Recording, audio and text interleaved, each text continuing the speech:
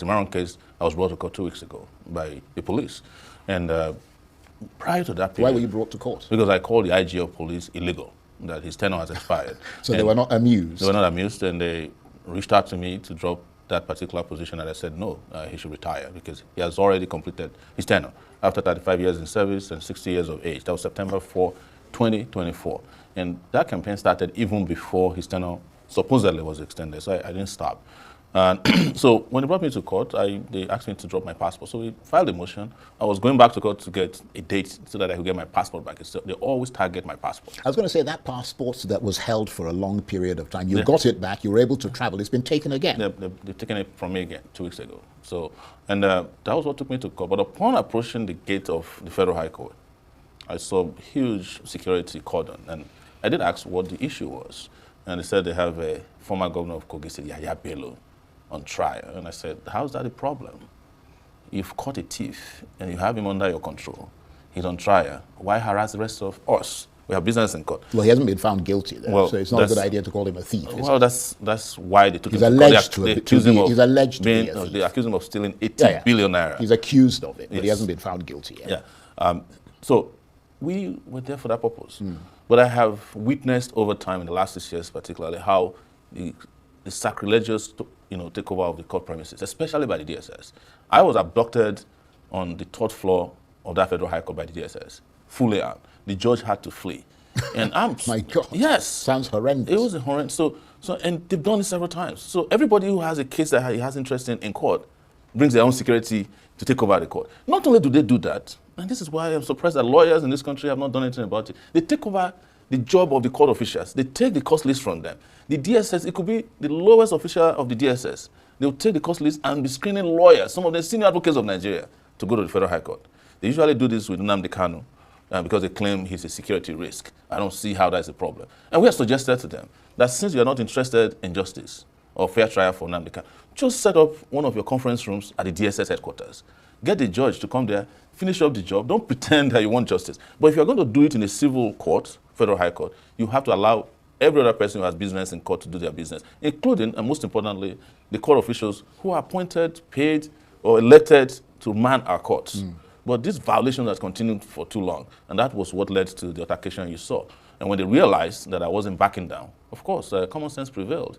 But for me, it is something that has to end. You cannot just set up court systems. Tell people that they can have access to the courtrooms. They are public places. In fact, the court has a gallery where even if you have no business in court, you can sit and just watch proceedings in court. And I usually do that. Yeah, of course. You have a right to do that. For some persons who claim they come from security agencies, paramilitary organizations to take over the court and then start harassing people, it's just something unacceptable. And I know we have normalized for too long a lot of abnormalities and absurdities in our country. But it gets to a point where you say enough is enough. Well, I mean, I've seen, obviously this one, it was quite sort of arresting, that video. But I mean, you've had a lot of altercations with, these soldiers and police and all the rest of it. In fact, during Buhari's regime, policemen would bring thugs from town to come beat us up when we tried to attend Nnamdi Kanu's trial. My car was broken into, I was attacked physically several times on camera. So, but after Buhari left, I think they changed tactics. I mean, you must have a very strong constitution to keep going up against these people in spite of the apparent attempt on several occasions to break your spirit. Well, I don't have any other country other than Nigeria. I've traveled maybe extensively. That's why I'd never changed my citizenship. I just think we must make this place a better place for its citizens, our brothers, sisters, and compatriots, and that we shouldn't live as slaves in our own country. And that's a conviction that I never gave up on. And it has lasted as long as Babangida has been gone. Well, we're going to come to Babangida in a minute, because I know he's been one of your, I started activism pet talking points under his regime, we've consistently just challenged these people. I've been through some 7 presidents in my lifetime. I think this is the 8th person. But we're going to come to IBB sort of Babangida shortly. But I mean, in all these cases, has your respect for the Nigerian judiciary increased or lessened? Oh, completely eroded. There's no way I can have respect for a judicial system that denigrates me, that denies me of access to even basic justice. I was tried for 5 years between 2019 and 2024 when I was eventually let go. And my passport was seized, I was restricted to Abuja, my brother died, I couldn't see my family for 5 years. These guys woke up one day came to court and said, well, they didn't even say we're sorry, they said, we want to discontinue the trial. I read somewhere that you once said, I mean, and you were being paraphrased, that fair trials no longer exist and that justice is whatever the government and its agencies deem it to be, and that the presumption of innocence is now the presumption of guilt. Has your experience borne that out, or were you being misquoted or speaking in just broad terms? I was almost quoted. That's the life I've lived. Way back, from as far back as my university days, where I was expelled twice without trial. I was incarcerated several times. I was taken to magistrates in Lagos. I remember in 1990 when we had the protest at the Nuga Games. And our lawyer, Ebuade Boruwa, SAN now, stood up to the magistrate and said, the charges are incompetent. And the magistrate looked at the book and discovered that you cannot breach public peace at a stadium. That's what the law says. He looked at us and said, well, even if the charges are incompetent, I have to hold these guys until the games are over. And he detained us for 2 weeks.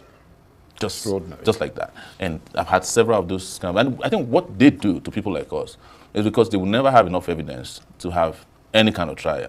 They obtain the punishment in advance so that they know that the trial will fall apart anyways. But you would have had your time wasted, you would have been incarcerated unjustly, you would have had all kinds of atrocities committed against you. So they'll get away with the punishment while you walk away with the ones. And has all that sort of given you much more flintiness and sort of selfless bravery and determination, because you certainly come across that way? Or has your spirit in any way been broken or certainly dampened by all this? No, I think very early in life I had taken into consideration that I was doing something that would attract lots and lots of consequences. I read books about it. I had some kind of training, not physical training, but intellectual and ideological training from the likes of Femi Falana and those we met early in life. And they had kind of equipped us with the expectations of things to happen, things that could come. But I must also admit that I was not thinking after 1993, for instance, or after the military left, that I would be languishing in detention for expressing myself about an IGP of police. Because even the IGP of police under the military couldn't detain us based on things we said that they didn't like. Interestingly, because there's a rule, I think it's Rule 365 in the police order book, that says police officers cannot use their offices, they can abuse their offices to prosecute people on behalf of themselves. That's the rule. So in a sense, military rule might have gone, but the practice of the kind of, if you like, the culture of official domination remains. Let's call it impunity, has gotten worse. And you saw that in August of 2024, when underage kids were arrested, detained for months, and tried for treason until it became a national embarrassment. I was saying an international embarrassment. That was when they were released and immediately rehabilitated, according to them. Under the military, no kids, underage kids, were ever arrested and tried for treason. Even students, they were careful with us. They were careful with youth corpers. But I think those boundaries have become very blunt now. Nobody cares anymore. They just do what they like to break anybody who stands up. And there are more draconian laws now that gags free speech than there was probably under military, because that's what's pretty much the Cybercrime Act is all about. It's another Decree 2 or Decree 4, one of those decrees that used to violate free speech and freedom of association, freedom of the press. Right. Those things have evaporated under the so-called civilian regime that we're in now. And yet, in spite of all of that, you have continued, as we talked about, you sort of giving you an element of flintiness in your character. But I mean, you have a brand. You're a businessman. You're a journalist. You were a presidential candidate. So to that extent, you could be said to be a politician who has some kind of a brand. I wonder whether all this has affected that brand for good or for ill.